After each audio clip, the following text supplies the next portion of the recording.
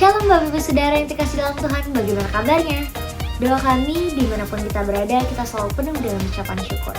Senang sekali saya bisa menjumpai Bapak Ibu Saudara dalam ibadah online Zion Church of Christ. Pada bulan Februari ini, gereja kita memiliki tema yaitu progres atau kemajuan. Namun sebelum itu, mari kita sama-sama siapkan hati kita bersatu dalam doa. Bapa dalam sorga, terima kasih Tuhan Yesus untuk penyertaan-Mu yang luar biasa dalam hidup kami. Kami bersyukur Tuhan Yesus buat berkat Tuhan Yesus yang gak ada habisnya dalam hidup kami. Tuhan, saat ini kami siapkan hati kami untuk masuki ke dalam pujian dan penyembahan, serta belajar akan kebenaran firman-Mu. Berkati setiap pribadi yang mengikuti ibadah ini, berkati Pastor Romi dan seluruh pelayan Tuhan Yesus yang melayani pada hari ini. Berkati ibadah ini dari awal pertengahan sampai pada akhirnya, biar hanya nama-Mu sajalah yang ditinggikan. Kami buka ibadah ini dalam satu nama yang berkuasa, Tuhan Yesus Juru Selamat kami yang hidup. Amin. Haleluya, terpujilah nama-Mu Tuhan, sebab Engkau Tuhan yang sanggup melakukan segala perkara untuk kebaikan kita yang mengasihi Dia. Amin. Sama-sama kita katakan, apa yang tak pernah dilihat mata dan tak pernah didengar telinga dan tak pernah timbul di dalam hati, semua disediakannya bagi yang mengasihi Dia. Allah sanggup melakukan segala perkara, dulu, sekarang, dan selamanya. Kuasanya tidak berubah. Allah sanggup melakukan segala perkara, dulu, sekarang, dan selamanya. Kuasanya tak berubah.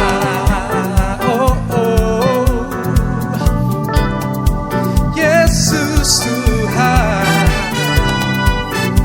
Mari setiap kita yang percaya kembali sama-sama kita mengatakan, apa yang tak pernah dilihat mata dan tak pernah didengar telinga dan tak pernah timbul di dalam hati, semua disediakannya bagi yang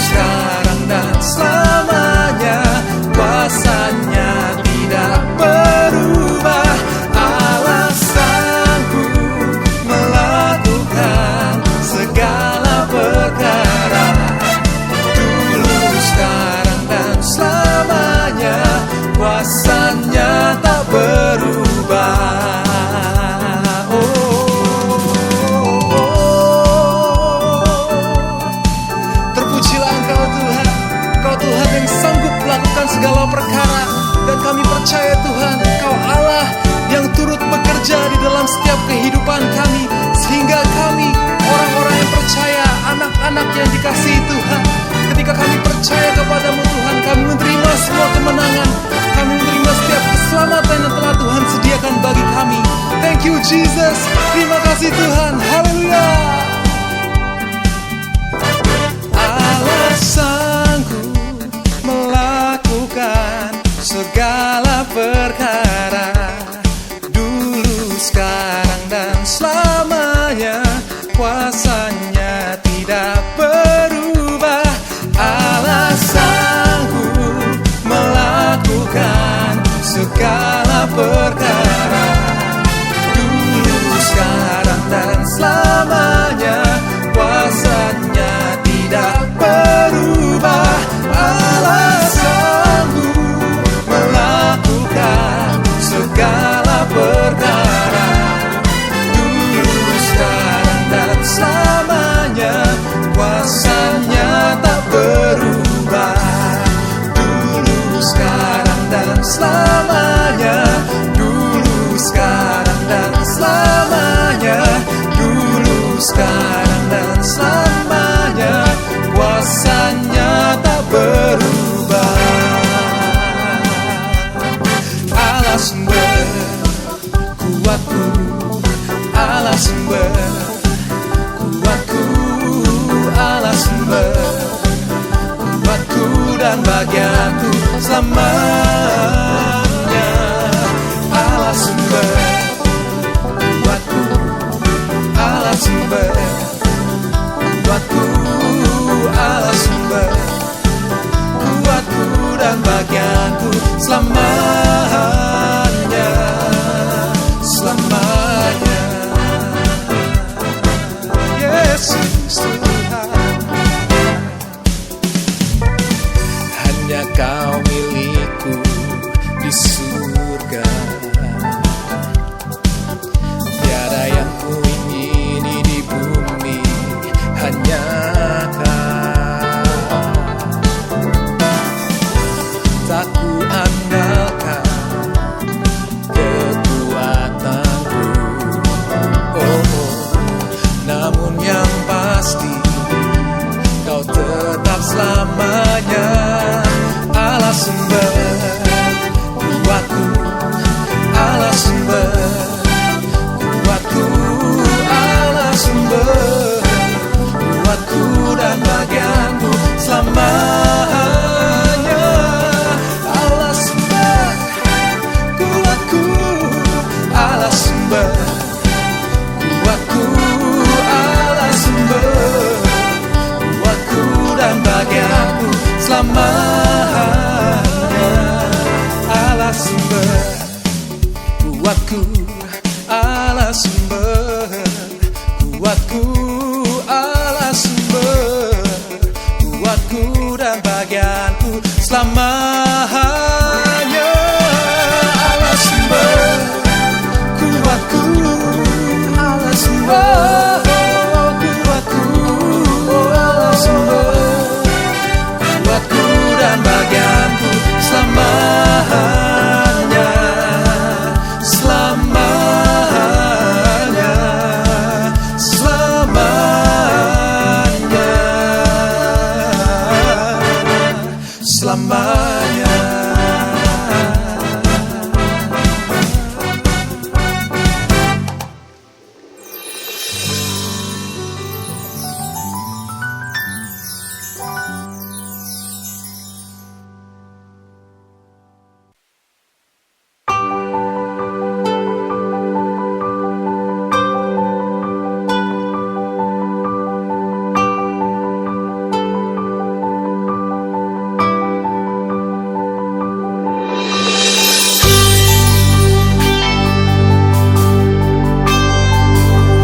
Datang di hadapan-Mu Tuhan, kami bawa hidup kami Tuhan, serahkan hidup kami seutuhnya di hadapan-Mu, dan kami mau mengikuti Yesus. Haleluya.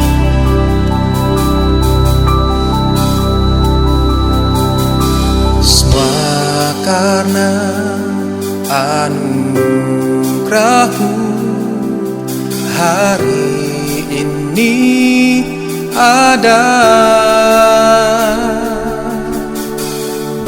bukan karena kuatku, namun karena Roh-Mu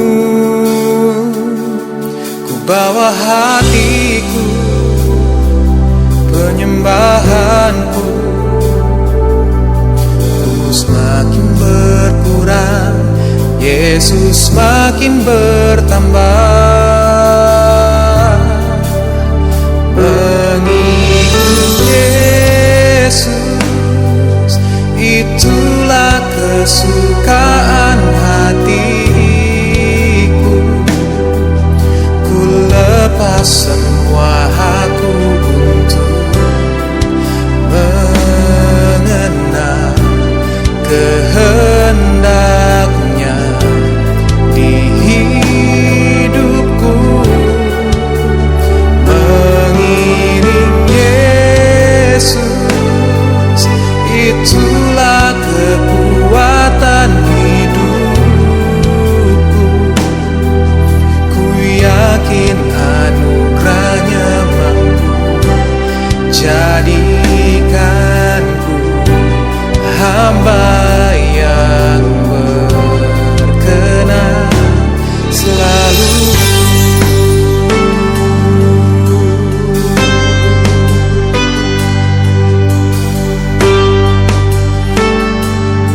Sama-sama kita naikkan pujian ini di hadapan Tuhan. Semua karena anugerah-Mu hari ini ada, bukan karena kuatku, namun karena Roh-Mu. Ku bawa hatiku, penyembahanku ku semakin berkurang, Yesus semakin bertambah. Mengikut Yesus, itulah kesukaan hatiku. Ku lepas semua hakku untuk mengenal kehendak-Nya di hidupku.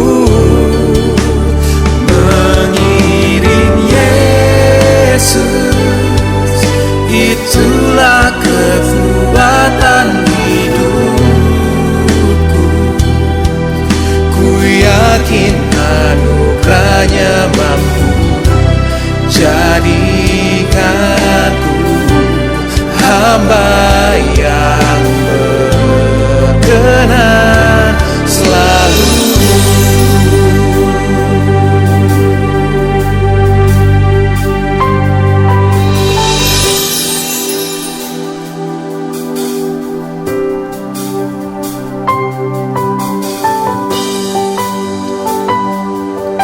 Terima kasih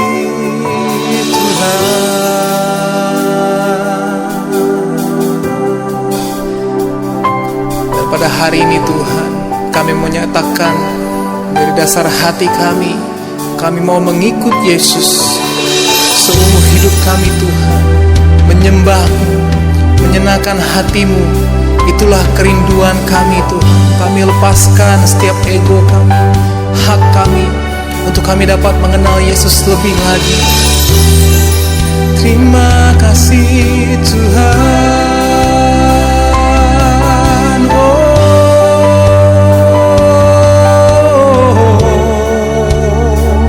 Kami menyembah-Mu, kami memuji-Mu,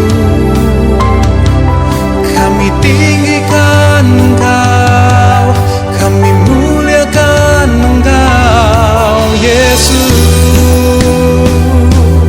Kaulah segalanya.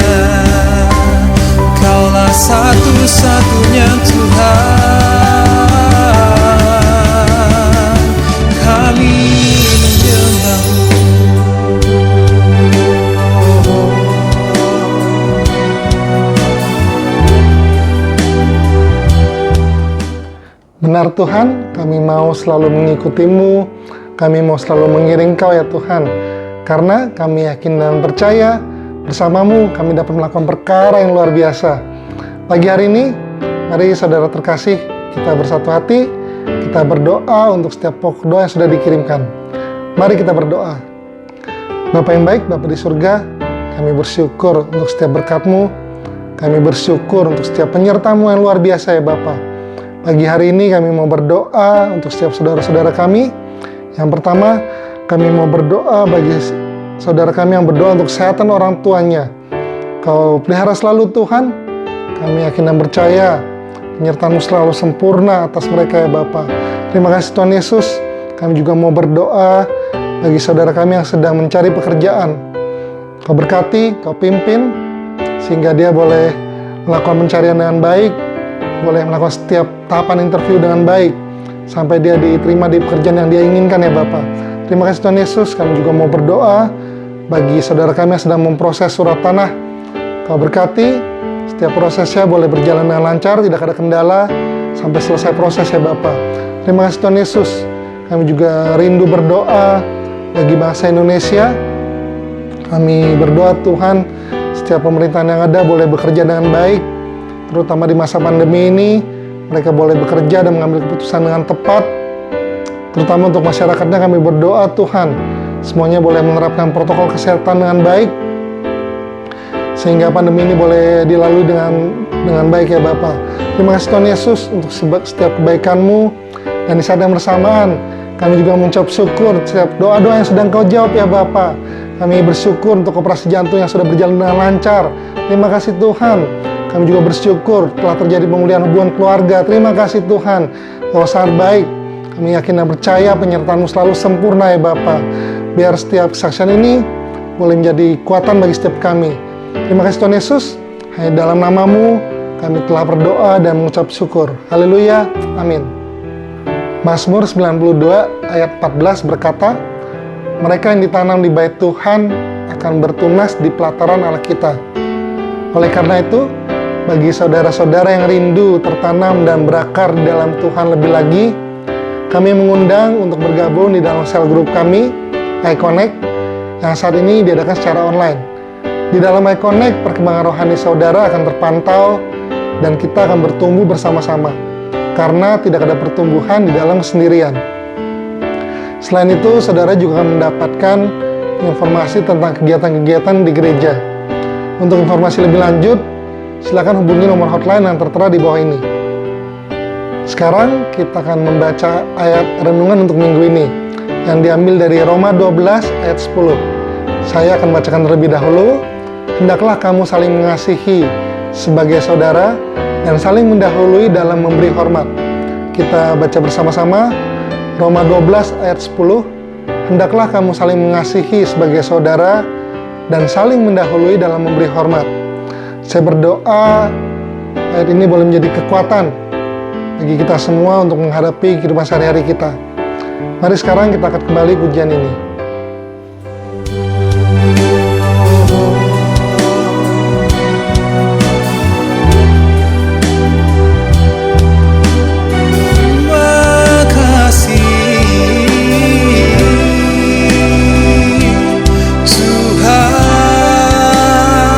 Mari sama-sama kembali kita mau angkat kedua tangan kita sembah Tuhan, kita katakan mengikut Yesus, itulah kesukaan hatiku. Ku lepas semua hakku untuk mengenal kehendaknya di hidupku.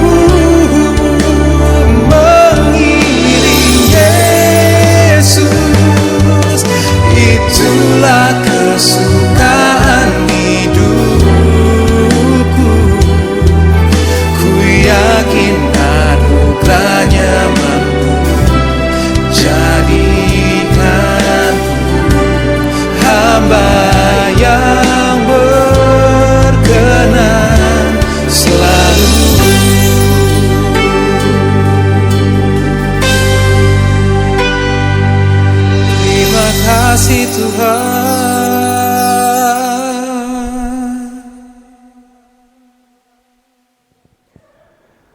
Puji nama Tuhan, selamat hari Minggu. Senang sekali bisa berjumpa kembali dengan saudara di hari Minggu ini.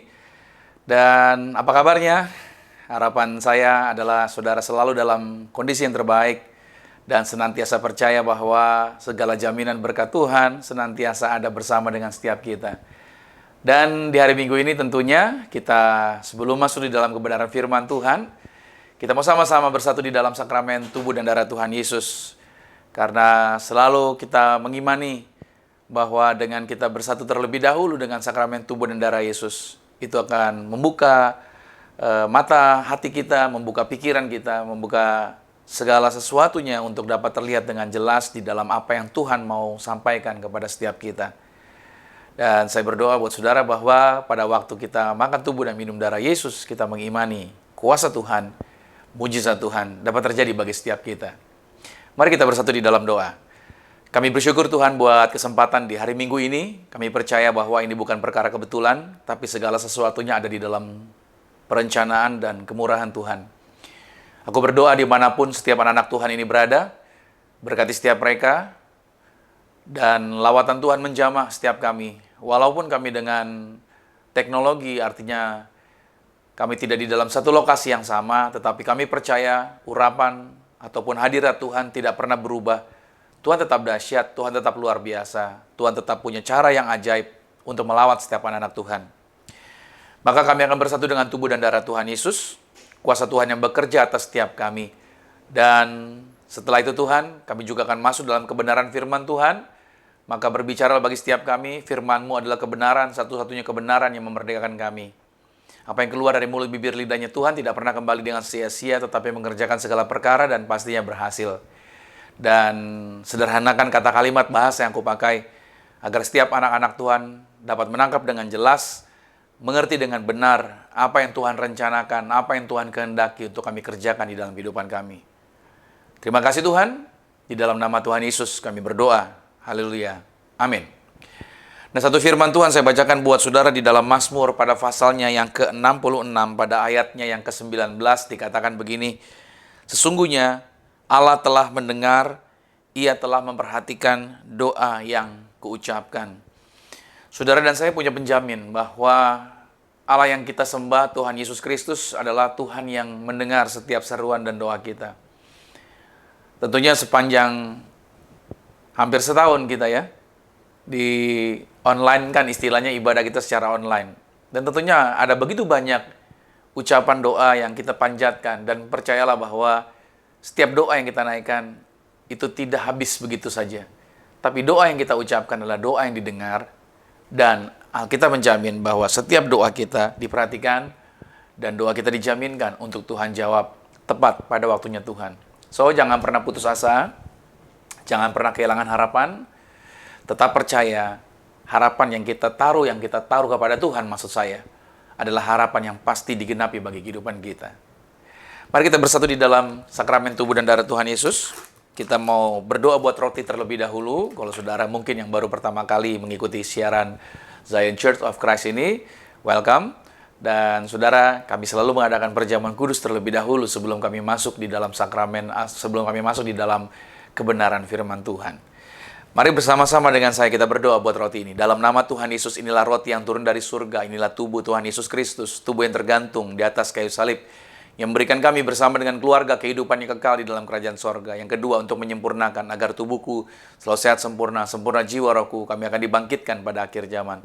Tubuh Tuhan Yesus Kristus yang telah tertombak, tertikam, tergantung di atas kayu salib, agar kami mulai hari ini tidak akan terkapar di meja operasi. Maka segala bentuk virus berbahaya, bahkan COVID-19 tidak berkuasa bagi hidup kami. Dalam nama Tuhan Yesus, inilah roti yang turun dari surga. Inilah tubuh Tuhan Yesus Kristus. Mari kita makan tubuh Tuhan Yesus Kristus.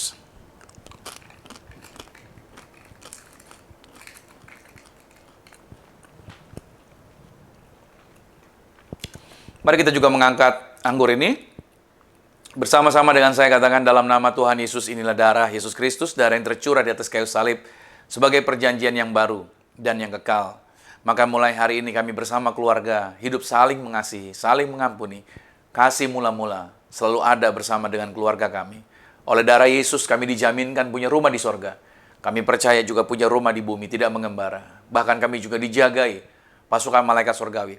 Tidak ada kuasa apapun di bawah kolong langit ini yang bisa memisahkan kami dari kasih Kristus. Kami di dalam Kristus, Kristus ada di dalam kami. Maka apa saja yang kami sentuh, yang kami pegang, yang kami kerjakan, bahkan apapun yang kami pikirkan di dalam Kristus, dibuat Tuhan pasti berhasil. Hidup kami di bumi sama seperti di sorga, menginjak ular dan kalajengking, menghancurkan setan-setan. Kuasa gelap tidak berkuasa bagi hidup kami dalam nama Tuhan Yesus. Inilah darah Yesus Kristus. Mari kita minum darah Tuhan Yesus.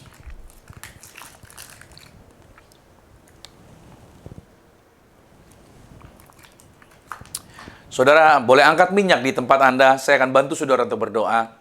Dan percayalah bahwa minyak urapan di tangan saudara, ketika kita berdoa bersama, saudara bisa berdoa buat minyak tersebut menjadi minyak urapan. Jadi nggak perlu saya harus hadir di tempat Anda. Cukup Anda berdoa sendiri dengan cara yang saya ajarkan dari siaran ini. Saudara bisa mengulangnya, saudara bisa berdoa sendiri di rumah dan minyak itu menjadi minyak urapan. Dan saudara, iblis setan takut. Kuasa gelap takut. Pada waktu saudara berdoa dengan sakramen minyak, kuasa tanda-tanda ajaib pasti terjadi. Saya percaya itu terjadi. Dan saya sudah buktikan berkali-kali. Mari kita angkat minyak ini, berdoa bersama-sama dalam nama Tuhan Yesus. Inilah minyak urapan. Setiap tetesnya punya kuasa mengusir setan. Setiap olesnya punya kuasa menyembuhkan penyakit.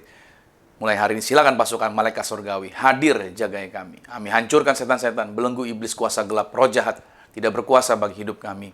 Pasukan malaikat kami perintahkan menjagai kami, dimanapun kami berada, di tempat kami, di lokasi kami, bahkan keluarga yang bersama dengan kami pun, orang-orang yang bersama dengan kami pun diproteksi, dipagari. Aku juga berdoa melalui sakramen minyak ini, bahkan siapapun yang menyaksikan acara ini, juga dijagai pasukan malaikat. Mereka tidak disantet, tidak diserang kuasa gelap, menang atas setan-setan. Inilah minyak urapan. Saudara boleh teteskan di atas kepala saudara. Ya, puji nama Tuhan. Baik, saudara juga bisa berdoa buat keluarga saudara. Haleluya. Nah, saudara dikasih Tuhan, puji Tuhan kita berjumpa kembali di hari Minggu ini. Saya senang sekali bisa menjumpai saudara dan sekali lagi saya sapa buat saudara yang mungkin baru pertama kali bergabung bersama dengan kami di dalam channel ini, yaitu gereja kami, yaitu Zion Church of Christ. Welcome. Kami menyambut kehadiran saudara pada hari ini dan saya percaya bahwa segala hal yang baik Tuhan sediakan bagi setiap kita. Nah, saya sampaikan bahwa ini adalah minggu yang ketiga ya. Dan saya percaya bahwa di bulan Februari ini tetap anugerah Tuhan disediakan berlimpah bagi setiap kita. Nah, saudara, saya membaca buku dan saya melihat ada sebuah perkataan yang dituliskan oleh Plato. Plato berkata begini, jika seorang mau mengenal kebenaran, maka ia harus terus belajar. Jika seorang mau mengabarkan kebenaran, maka ia harus belajar 2 kali lipat. Oke. Nah, menjadi orang percaya itu adalah tujuan Tuhan datang ke dalam dunia ini. Dan agar setiap manusia percaya kepadanya, tidak binasa, melainkan yaitu memperoleh kehidupan yang kekal. Artinya, sampai kepada tujuan yang Tuhan sediakan. Tuhan ingin membuat Anda dan saya sampai ke tujuan yang Tuhan sediakan. Nah, saudara, setiap awal tahun, saya selalu melakukan program membaca Alkitab yang dimulai dari kitab Kejadian, Keluaran, Imamat, dan seterusnya sampai kitab Wahyu selama 1 tahun. Lalu di kitab Keluaran, saya mempelajari satu perjalanan kehidupan seorang anak Tuhan, yaitu seorang anak Tuhan yang bernama Musa. Musa adalah seorang yang telah dipersiapkan Tuhan untuk menjadi pembebas bagi bangsa Israel dari perbudakan di Mesir, serta yang akan membawa bangsa itu ke tanah yang telah dijanjikan Tuhan kepada nenek moyang mereka, yaitu tanah Kanaan, atau yang disebut juga dengan tanah perjanjian, di mana setelah bangsa Israel tinggal di Mesir, setelah Yusuf memboyong mereka ke Mesir, mereka tinggal di sana itu selama 430 tahun. Nanti bisa baca di dalam Keluaran pada pasal 12 pada ayat yang ke-40. Nah, sewaktu masih bayi, Musa itu diluputkan dari pembunuhan. Dikala anak-anak di usia di bawah 2 tahun itu diperintahkan oleh Firaun untuk dibunuh. Alasannya karena jumlah orang Yahudi sudah begitu banyak di Mesir. Tetapi malahan yang ajaib adalah Tuhan dengan caranya dia sendiri membawa Musa masuk ke wilayah musuh untuk menerima pendidikan Mesir serta pengasuhan yang terbaik di zaman itu. Nah, di dalam pengasuhan tersebut semakin dewasa, Musa semakin diperlengkapi dalam segala sesuatu. Di antaranya, Musa memiliki kecakapan dalam memimpin. Musa juga memiliki keterampilan di dalam berperang. Musa juga memiliki kemampuan daya pikir yang cakap. Dia menjadi orang yang pandai. Dan segala keahlian yang ada di Mesir, dia dapat pelajari dengan baik. Nah, sampai suatu ketika, di usianya dia yang ke-40 tahun, Musa menyadari akan dorongan di dalam dirinya bahwa Tuhan telah menaruh panggilan di dalamnya untuk menjadi pembebas bagi orang-orang Yahudi yang diperbudak di Mesir. Nah, suatu saat Musa membunuh perwira Mesir yang dia lihat sedang menyiksa salah satu budak Ibrani. Musa marah sekali dan Musa membunuh orang Mesir tersebut. Nah, ia ketahuan telah membunuh, lalu Musa melarikan diri ke daerah Midian. Dan Musa tinggal di sana selama 40 tahun. Musa menjadi penggembala ternak. Lalu Musa menikahi seorang wanita yang bernama Zipora, putri dari imam di Midian. Dan Musa memiliki keturunan punya anak di sana. Nah, pada usia yang ke-80 tahun, Musa mendapatkan penguatan panggilannya. Dan Tuhan memanggil dia untuk kembali ke Mesir untuk membebaskan bangsa Israel. Nah, yang menarik dari kisah Musa adalah Musa tidak membiarkan pengalaman-pengalaman hebatnya itu menjadi satu-satunya petunjuk yang akan memampukan dia untuk menjadi pemimpin yang dapat membawa Israel keluar dari Mesir. Melainkan Musa merendahkan dirinya di hadapan Tuhan dan membiarkan Tuhan menuntun dengan rencana serta dengan cara-caranya Tuhan. Artinya, Musa mau sepakat dengan Tuhan. Nah, kerendahan hati Musa inilah yang telah membuat dirinya Musa berhasil menjadi pemimpin yang hebat dan membawa dirinya Musa sampai kepada tujuan-tujuannya Tuhan. Nah, ketika saya berdoa dan bertanya kepada Tuhan, suatu hari saya berdoa dan bertanya kepada Tuhan, apa yang harus saya lakukan Tuhan? Agar saya dapat sampai ke tempat tujuan yang Tuhan telah tetapkan atau Tuhan telah tentukan. Dan jawaban yang saya terima, jawaban yang Tuhan berikan adalah Alkitab yang ada di hadapan saya. Dan Tuhan berkata bahwa, taruhlah firman-Ku di dalam hatimu, maka ia akan melakukan sisanya. Artinya Tuhan memberitahu pada saya bahwa Alkitab itu berisi segala petunjuk penting bagi kehidupan orang Kristen. Untuk orang-orang Kristen mengalami kehidupan yang berbuah dan kehidupan yang berkemenangan. Saudara, dari firman itu, kita akan dapat mengenali Tuhan. Dan kita dapat belajar untuk hidup dalam kehidupan yang berkelimpahan, yang telah disediakan oleh Yesus. Yohanes 10 ayat 10 berkata bahwa Tuhan memberikan kita hidup dan hidup dalam segala kelimpahan. Nah, ibarat rumah, saudara.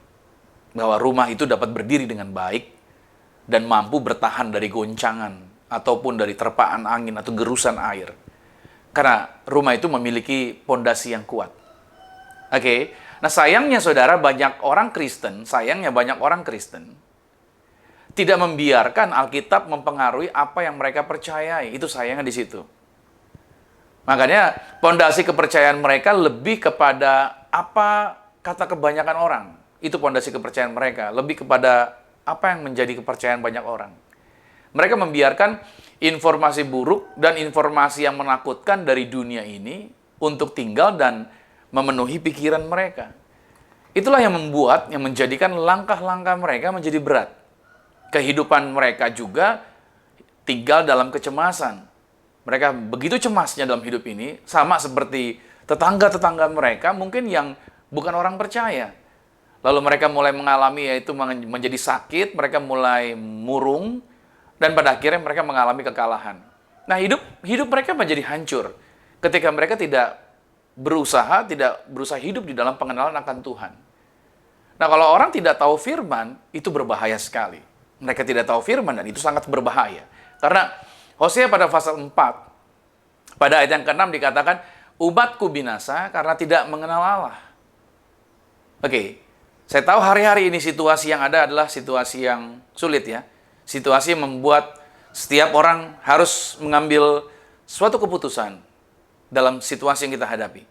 Apakah dia akan maju untuk bertarung dan mengalami kemajuan, atau sebaliknya melarikan diri dan mengalami kemunduran. Itu ada di hadapan kita, dan keputusan ada di tangan kita. Nah, saudara, kita perlu mengambil sikap. Kita mau bekerja sama dengan Tuhan, dalam artian kita mau percaya sama Tuhan atau bagaimana, atau tidak. Itu pilihan di tangan kita. Nah, adalah baik maksud saya untuk percaya kepada Tuhan di tengah situasi yang tidak baik. Ya kan? Situasi tidak baik, tapi percayalah, Tuhan itu tetap Tuhan yang baik. Nah, lalu bagaimana sih caranya untuk Anda dan saya, untuk kita dapat mengalami kemajuan dalam situasi yang tidak mudah ini, saudara?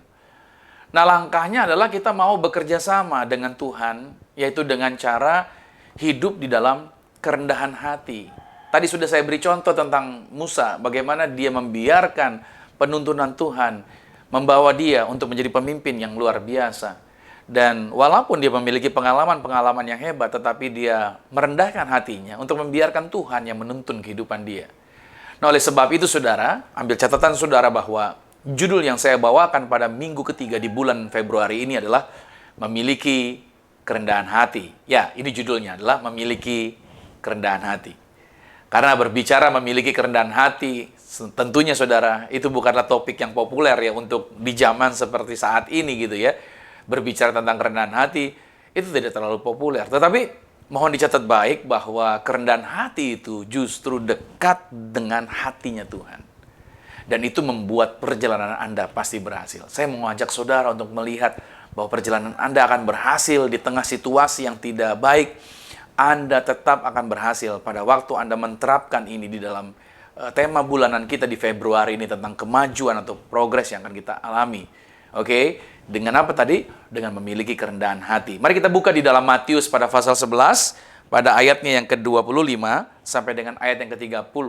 Firman Tuhan berkata begini, "Pada waktu itu berkatalah Yesus, Aku bersyukur kepadamu, Bapa, Tuhan langit dan bumi, oleh karena semuanya itu engkau sembunyikan bagi orang bijak dan orang pandai, tetapi engkau nyatakan kepada orang kecil. Ya Bapa, itulah yang berkenan kepadamu. Semua telah diserahkan kepadaku oleh Bapakku, dan tidak seorang pun mengenal anak selain Bapa, dan tidak seorang pun mengenal Bapa selain anak, dan orang yang kepadanya anak itu berkenan menyatakannya. Marilah kepadaku, semua yang letih lesu dan berbeban berat, aku akan memberi kelegaan kepadamu. Pikulah kuk yang kupasang, dan belajarlah padaku, karena aku lemah lembut dan rendah hati, dan jiwamu akan mendapat ketenangan, sebab kuk yang kupasang itu enak, dan bebanku pun ringan." Di dalam Injil Matius pada pasal 11 ini, Yesus sedang memberikan pernyataan kekuatan. Kalau saudara lihat dalam pasal 11 ini, semua dari awal, Yesus sedang memberikan satu pernyataan kekuatan bagi semua orang, termasuk hamba Tuhan terkenal pada masa itu, yaitu Yohanes Pembaptis, di mana dia sedang berada di dalam penjara. Nah, pada waktu dia ada dalam penjara, Yohanes Pembaptis itu mulai meragukan, apakah Yesus itu Mesias seperti yang telah dijanjikan kitab-kitab Nabi. Nah, akhirnya Yohanes mengirim utusannya. Dikala utusan dari Yohanes Pembaptis bertemu dengan Yesus, maka pada saat itu juga Yesus memperlihatkan di hadapan utusan-utusan Yohanes tersebut, yaitu orang buta dibuat melihat saat itu juga, orang lumpuh dibuat berjalan, orang kusta menjadi tahir, lalu ada orang tuli dibikin langsung bisa mendengar, bahkan ada orang mati dibangkitkan oleh Yesus. Itu semua dibuat oleh Yesus agar apa? Agar Yohanes Pembaptis diingatkan kembali kepada kitab Nabi Yesaya pada pasal 35 pada ayat yang pertama sampai dengan ayat yang ke-10 mengenai apa saja yang akan dilakukan oleh Mesias. Dan apa yang telah ditunjukkan oleh Yesus tersebut, hasilnya justru membuat Yohanes Pembaptis kembali dikuatkan. Saudara, ternyata situasi sulit, penjara adalah situasi sulit. Yohanes Pembaptis menghadapi situasi sulit. Ternyata situasi sulit dapat membuat hamba Tuhan yang hebat sekalipun menjadi lemah. Nah, saudara, ini memberi petunjuk bahwa kita adalah manusia biasa yang bisa saja menjadi lemah dan terguncang karena suatu keadaan. Itulah sebabnya Tuhan Yesus tidak akan pernah membiarkan Anda dan saya tergoncang untuk selama-lamanya. Mungkin kita bisa tergoncang, tapi Tuhan tidak akan membiarkan Anda tergoncang untuk selamanya. Ia mau agar Anda dan saya, agar setiap kita bersepakat dengan Tuhan. Itu dengan cara apa? Dengan cara mengarahkan pikiran kita kepada perkataan-perkataan firman Tuhan. Dalam Mazmur pada pasalnya yang ke-55, pada ayat yang ke-22, dikatakan begini, serahkanlah kuatirmu kepada Tuhan, maka ia akan memelihara engkau, tidak untuk selama-lamanya dibiarkannya orang benar itu goyah. Nah, saudara, Tuhan tidak akan membiarkan Anda goyah, percayalah. Makanya kenapa kita perlu bersepakat dengan firman Tuhan, karena firman Tuhan itu tidak pernah berlalu. Langit dan bumi bisa lenyap, tapi firman Tuhan tidak akan pernah habis. Firman Tuhan itu tinggal tetap. Nah, karena itu saudara, kita perlu memilih untuk bersepakat dengan firman ini. Nah, saya jelaskan lagi di dalam Matius 11 pada ayat yang ke-25. Di sana dituliskan bahwa Tuhan menyatakan rahasia kuasanya itu bagi orang kecil. Dia mengatakan bukan buat orang pandai, tapi buat orang kecil. Bukan buat orang yang mengatakan dirinya hebat, tapi buat orang kecil. Siapa orang kecil? Nah, dalam bahasa Yunani, orang kecil itu disebut dengan nevios. Nevios itu artinya anak kecil, atau bayi, atau balita, atau belum dewasa. Atau dapat juga saya artikan bahwa itu orang-orang yang, nevios adalah orang-orang yang tampaknya sederhana, kurang terkenal, tetapi justru Tuhan dapat memperlengkapi orang-orang seperti itu untuk menggenapi tujuan-tujuannya Tuhan. Dalam 1 Korintus pada pasal yang pertama ayat 26 diperkuat, di sana dijelaskan, dikatakan begini, ingat saja saudara-saudara, bagaimana keadaan kamu ketika kamu dipanggil. Menurut ukuran manusia, tidak banyak orang yang bijak, tidak banyak orang yang berpengaruh, tidak banyak orang yang terpandang. Tetapi, ayat 27, apa yang bodoh bagi dunia dipilih Allah untuk memalukan orang-orang yang berhikmat. Oke. Dan apa yang lemah bagi dunia dipilih Allah untuk memalukan apa yang kuat. Dan apa yang tidak terpandang dan yang hina bagi dunia dipilih Allah, bahkan apa yang tidak berarti dipilih Allah untuk meniadakan apa yang berarti. Supaya jangan ada seorang manusia pun yang memegahkan diri di hadapan Tuhan. Dari ayat ini menjadi petunjuk bahwa kita tidak dapat memegahkan diri kita sendiri. Oke. Atau jangan pernah merendahkan diri Anda. Saya katakan sama saudara bahwa saudara di mata Tuhan, kita semua adalah sama. Dan dari ayat ini diberikan petunjuk bahwa semua orang itu diberikan kesempatan yang sama. Sebab kesempatan yang ada, Tuhan yang menyediakan, itu bukan berdasarkan siapa kita. Ya kan? Kesempatan yang ada itu bukan berdasarkan karena kehebatan kita, tetapi bukan karena siapa kita, melainkan karena siapa Tuhan. Karena dia Tuhan yang baik, karena dia Tuhan yang mengasihi, karena dia Tuhan yang selalu ingin memperlengkapi setiap manusia. Maka saya percaya bahwa Anda pun dapat dipakai Tuhan dengan luar biasa dari ayat ini. Nah, karena segala sesuatu, kenapa demikian? Karena segala sesuatu adalah berasal dari Dia. Segala sesuatu dikerjakan oleh Dia, dan segala sesuatu akan kembali lagi kepada Dia. Semua itu dituliskan di dalam Roma 11 ayat 36, Yohanes 1 pada ayat yang ketiga, Kolose yang pertama pada ayat yang ke-16. Nah, mari sadari saudara bahwa kalau kita dapat melangkah sampai hari ini, kalau Anda dan saya bisa ada sampai hari ini, itu semata karena kemurahan Tuhan. Oke. Kalau saudara bisa menyaksikan acara ini hari ini, itu bukan karena ada seseorang yang sekedar membagikan link sama saudara, tapi karena saya percaya Tuhan ingin menjumpai Anda, Tuhan ingin mengubahkan kehidupan Anda. Oke. Ini bukan perkara kebetulan, tetapi ini karena kemurahan Tuhan. Nah, oleh sebab itu setiap kita yang mengikuti ibadah hari ini, saya mau katakan buat saudara bahwa dibutuhkan kerendahan hati untuk dapat mengakui akan hal-hal tadi, akan kebaikan-kebaikan, akan keberhasilan yang kita capai sampai hari ini.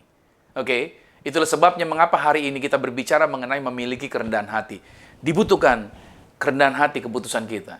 Nah, kerendahan hati membuat kita dapat menerima kelimpahan kasih karunia. Ini kabar baiknya. Mengapa sih kita harus hidup di dalam kerendahan hati? Kerendahan hati membuat kita menerima kelimpahan kasih karunia demi kasih karunia dari Tuhan. Oke. Dunia tidak mengerti ini. Dunia tidak menangkap akan hal ini. Mungkin sebagian orang Kristen juga tidak mengerti akan kelimpahan akan kasih karunia demi kasih karunia ini. Oke. Banyak orang ingin beroperasi dalam anugerah, dalam kasih karunia, dan mengalami perkenanan, mengalami kemampuan, dan mengalami pengurapan Tuhan. Tetapi mereka tidak mengerti bagaimana Tuhan berpikir tentang yang namanya kerendahan hati. Oke. Banyak orang ingin hidupnya hebat dan luar biasa, tapi mereka tidak mengizinkan diri mereka sendiri untuk hidup di dalam kerendahan hati. Nah, pada saat saya menyampaikan hal ini kepada Anda, jujur saja ini bukanlah hal yang mudah sebenarnya. Karena pada saat saya mengatakan hal ini, menceritakan atau mengajarkan hal ini, firman Tuhan itu seperti pedang yang bermata dua, yang ditujukan bukan hanya kepada pendengar, tetapi juga kepada si pembicara itu sendiri. Karena firman itu bukan milik si pembicara, melainkan milik Tuhan yang harus dibagikan kepada semua orang, termasuk Anda dan saya yang saat ini sedang menyaksikan acara ini. Oke, nah firman Tuhan hari ini terus akan mengingatkan Anda, mengingatkan saya, bahwa pentingnya untuk kita memiliki yang namanya kerendahan hati. Nah, dikatakan tadi bahwa kita menerima lebih banyak kasih karunia. Sama-sama katakan menerima lebih banyak kasih karunia. Oke, itu artinya kalau kita bisa menerima lebih banyak, saya juga harus sampaikan kata-kata ini bahwa kita juga bisa menerima lebih sedikit kasih karunia. Bila mana kita tidak memiliki kerendahan hati. Oke, saya akan jelaskan lebih tajam lagi ayat ini. Nah, kita harus belajar bekerja sama dengan hukum-hukum kerajaan Allah. Sebab caranya Tuhan bekerja bukan berdasarkan apa yang dunia katakan. Tapi Tuhan punya aturan mainnya sendiri. Oke? Dan kita harus memilih untuk melakukan berbagai hal dengan caranya Tuhan. Untuk apa? Untuk kita mengalami kepenuhan akan kasih karunia-Nya Tuhan. Coba kita lihat di dalam Yakobus, pada pasalnya yang keempat. Pada ayat yang keenam dikatakan begini. Tetapi kasih karunia yang dianugerahkannya kepada kita lebih besar daripada itu. Karena itu ia katakan Allah menentang orang yang congkak, tetapi mengasihani orang yang rendah hati. Saya berikan dalam terjemahan Amplified Bible. Dikatakan yang itu yang dalam versi Classic Edition. But He gives us more and more grace, yaitu power of the Holy Spirit, to meet this evil tendency and all others fully. That is why he says, God sets himself against the proud and haughty, but give grace, dalam kurung, continually, to the lowly, those who are humble enough to receive it. Atau saya terjemahkan, dalam bahasa Indonesia dikatakan, tetapi ia memberikan kita semakin banyak kasih karunia, yaitu kuasa Roh Kudus untuk menghadapi kecenderungan jahat ini. Oke, maksudnya kesombongan di dalam diri kita dan semua yang lainnya sepenuhnya. Itu sebabnya ia mengatakan Tuhan menentang orang yang congkak dan sombong, tetapi memberikan kasih karunia secara terus-menerus kepada yang rendah hati, yaitu mereka yang cukup rendah hati untuk mau menerimanya. Nah, itu tentunya menjadi pesan yang tajam bagi setiap kita, bahwa Tuhan memberikan semakin banyak kasih karunia kepada siapa? Kepada mereka yang cukup rendah hati untuk menerimanya. Haleluya, puji nama Tuhan. Nah, saudara, sistem dunia ini terpisah dari cara kerjanya Tuhan. Contohnya begini, saudara. Ini contohnya. Dunia mengarahkan, berusahalah untuk menjadi number one. Ya kan? Number one, nomor satu. Lakukan segala cara untuk mencapai itu, agar kau bisa mencapai menjadi nomor satu. Dan mohon maaf nih, sayangnya gereja juga melakukan hal yang sama. Ya kan? Mereka juga melakukan persaingan seperti orang-orang dunia. Gereja juga melakukan hal tersebut. Mereka bersaing satu dengan yang lainnya. Bahkan terkadang dengan cara-cara angkuh, cara yang egois, dengan cara-cara yang kasar. Tanpa sadar gereja melakukan hal itu. Mereka menganggap bahwa cara yang ada di dunia sana itu cocok untuk dipraktekkan di dalam sistemnya gereja, caranya Tuhan seperti itu. Mereka berusaha membesarkan dirinya sendiri, para hamba Tuhan, coba membesarkan diri mereka dengan segala kekuatan pribadinya, mungkin dengan uangnya dia, ya, dengan penghasilan, dengan finance-nya dia coba memperbesar promosi buat diri dia, mungkin dengan kedudukannya, oke, mungkin dengan fisiknya dia yang oke, dia ingin menampilkan promosi bagi dia ingin mengangkat diri dia dan membuat saingan dengan gereja yang lainnya dan lain sebagainya. Nah, itu semua adalah tipu daya musuh sebenarnya. Untuk apa? Untuk merusak gereja supaya gereja tidak bergantung lagi kepada Tuhan, melainkan bergantung kepada kekuatan sendiri. Nah, saudara, ngomong beginian kalau jadi pendeta tamu akan sulit ya bicara di gereja orang seperti ini. Kalau pendeta yang mungkin menyaksikan acara ini, dia tergabung di sebuah gereja yang mungkin nggak berani ngomong beginian. Tapi kalau saya enak, kenapa? Karena saya gembala sidang gereja ini, saya bisa bicara seperti ini. Dan itu yang terjadi, makanya saya percaya situasi corona ini adalah situasi yang baik sebenarnya. Untuk menyadarkan gereja sebenarnya. Untuk mengingatkan gereja. Kembali lagi kepada jalur yang Tuhan inginkan. Kembali lagi kepada jalur resmi. Bahwa sesungguhnya gereja harus bergantung kepada Tuhan. Gereja harus menjalankan untuk memiliki yang namanya kerendahan hati. Itu sistem dan cara-cara dunia. Yang tadi saya katakan tentang persaingan. Dan Alkitab berkata, itu bukan berasal dari Bapa. 1 Yohanes pada pasal yang kedua, pada ayat yang ke-16 dikatakan, sebab semua yang ada di dalam dunia, yaitu keinginan daging, keinginan mata, serta keangkuhan hidup, bukan berasal dari Bapa, melainkan berasal dari dunia. Saudara, pada saat orang percaya, orang-orang maksud saya menjadi orang percaya, maka kita telah menjadi ciptaan yang baru.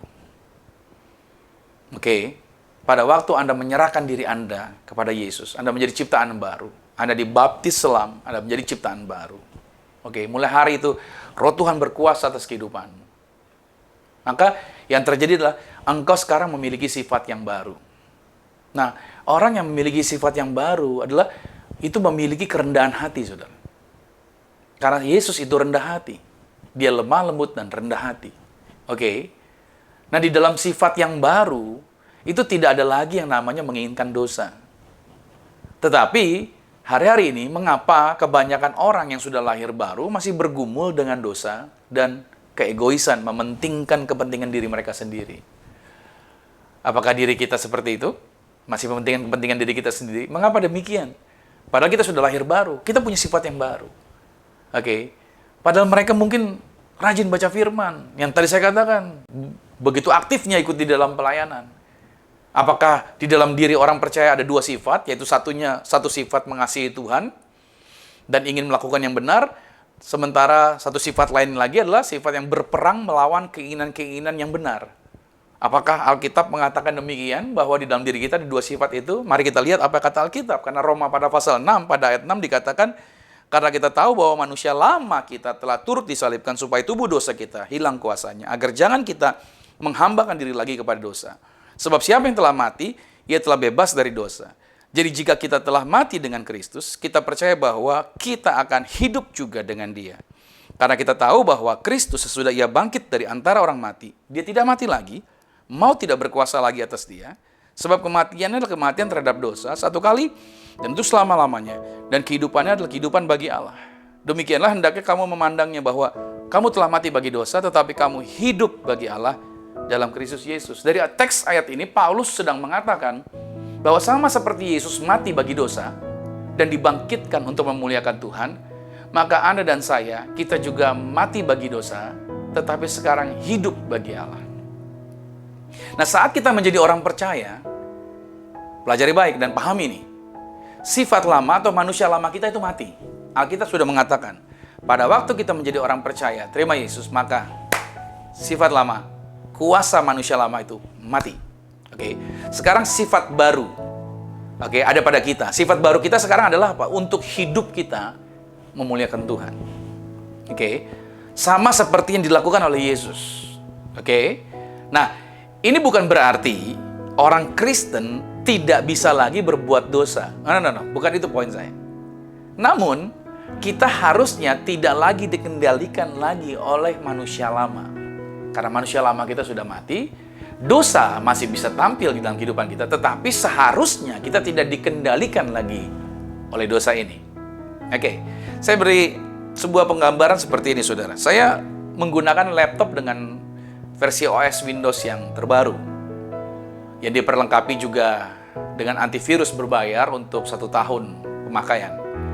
Nah, setiap kali saya mulai menghidupkan komputer tersebut, maka otomatis program antivirus itu akan bekerja terlebih dahulu.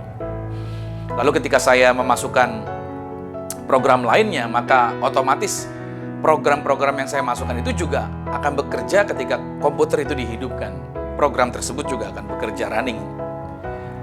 Artinya, komputer yang saya pakai bekerja otomatis tergantung dari program apa yang telah dimasukkan. Nah, selama program antivirus itu aktif, maka otomatis program itu juga akan memulai aktivitasnya sendiri.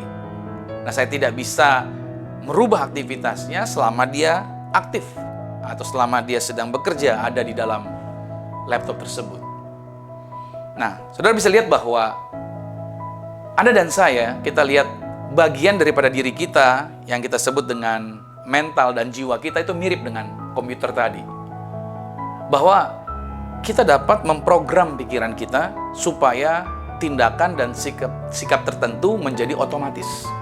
Kita bisa program diri kita. Sebagai contoh sederhana, saudara pada waktu belajar mobil, taruhlah kita belajar mobil manual, Anda harus berpikir kapan Anda masukkan persneling Anda ke kecepatan ke gigi 1, persneling 1, kapan mesti pindah ke 2, kapan mesti pindah ke 3, ke 4, dan seterusnya, dan kembali lagi.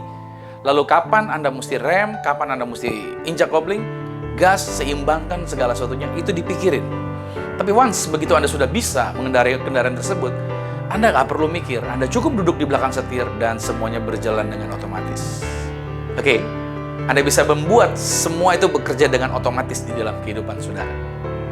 Nah, di sini yang saya katakan tadi, bahwa kita bisa programkan otomatis di dalam diri kita. Nah, Anda bisa lihat di sini bahwa sebelum kita diselamatkan, kita semua diprogram otomatis. Program otomatis kita dulu sebelum kita bertobat adalah kita mengutamakan diri kita sendiri. Oke, atau egois.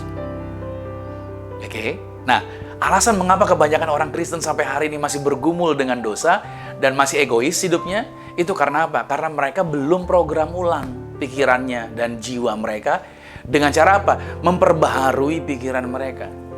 Oke. Nah, ketika masa berlaku antivirus di dalam laptopnya atau komputer yang saya pakai tadi habis, maka lalu saya hapus itu program, maka otomatis saudara, kegiatan otomatis tadi antivirusnya itu sudah tidak pernah tampil lagi di dalam komputer yang saya pakai. Begitu saya hapus programnya, dia nggak ada lagi tampilan, dia nggak bekerja lagi seperti biasanya. Dan komputer saya bergerak dengan cara yang baru. Nah, artinya demikian pula dengan sifat dosa kita. Oke, sifat dosa dulu itu mengatur pemikiran kita. Oke, membuat kita ketakutan, membuat kita culas, egois, mengajarkan kita untuk mengandalkan diri kita sendiri, gampang ketakutan, benci orang, gampang emosional, dan lain sebagainya. Saudara, Kristus telah mematahkan kuasa sifat yang lama itu. Tetapi yang saya katakan lagi buat saudara adalah kebiasaan-kebiasaan yang lama tadi itu masih harus ditangani. Sama seperti komputer tadi yang terus menjalankan programnya sampai kapan? Sampai pemrograman itu dirubah atau program itu diganti. Oke, nah pikiran kita itu akan terus menuntun kita ke dalam dosa.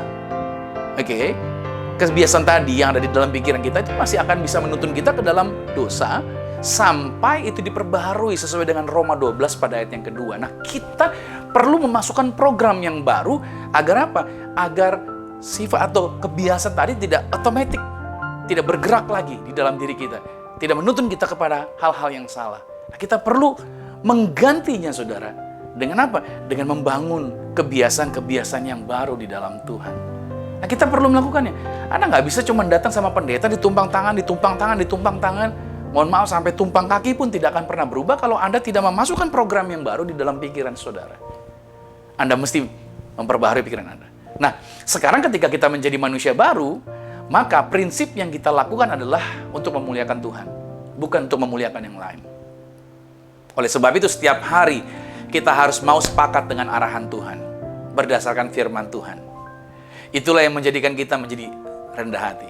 Karena rendah hati bukanlah karunia yang hanya dimiliki oleh orang-orang tertentu. Rendah hati adalah merupakan keputusan kita. Oke, untuk apa? Untuk mau tunduk pada perintah Tuhan. Walaupun tawaran dunia ini terlihat sepertinya lebih menguntungkan. Rendah hati berarti standar hidup kita bukanlah apa yang dunia jaminkan, melainkan apa yang firman Tuhan tetapkan. Seorang yang rendah hati berani mengakui apa yang Tuhan berikan kepada diri dia. Oke, kalau saudara adalah orang yang pandai, saudara berani berkata, puji Tuhan, Tuhan memberikan saya kepandaian. Kalau saudara seorang pengusaha yang berhasil, puji Tuhan, Tuhan memberikan saya usaha yang berhasil, kemampuan untuk membangun bisnis ini. Kalau saudara menjadi orang yang hebat di dalam bidang olahraga, puji Tuhan, Anda berkata, Tuhan kasih kekuatan kemampuan untuk menjadi seorang juara di dalam olahraga yang saya tekuni. Anda berani berkata demikian? Kalau saudara punya suara bagus, bilang, puji Tuhan. Tuhan memberikan saya karunia, yaitu kemampuan untuk memiliki pita suara yang baik, untuk mengolah suara dengan indah. Luar biasa, Tuhan yang memberikannya. Jangan saudara punya suara bagus, tapi saudara berkata, doain ya agar saya bisa nyanyi. Saya punya suara yang kurang bagus, tapi begitu nyanyi suaranya luar biasa menggelegar. Itu sombong namanya saudara. Karena kerendahan hati tidak pernah menghilangkan apa yang Tuhan telah berikan kepada dia. Oke? Karena kerendahan hati tidak pernah meninggikan diri sendiri, tetapi juga tidak merendahkan diri sendiri. Kerendahan hati yang sejati tidak memiliki pendapat tentang diri sendiri. Kerendahan hati, dia hanya akan berusaha untuk memuliakan Tuhan. Saya berdoa saudara mengalami progres ini. Anda akan sepakat dengan Tuhan. Anda kerjaannya adalah untuk memuliakan Tuhan. Saya akan tutup dengan sebuah pengajaran ini saudara, bahwa tentang hubungan suami istri. Karena pada waktu Tuhan menciptakan manusia, yaitu laki-laki dengan perempuan, Adam dan Hawa, yaitu Tuhan membawa Hawa ke hadapan Adam, dan Tuhan berkata di dalam firman Tuhan dalam Kejadian pada pasal 2 pada ayat yang ke-24.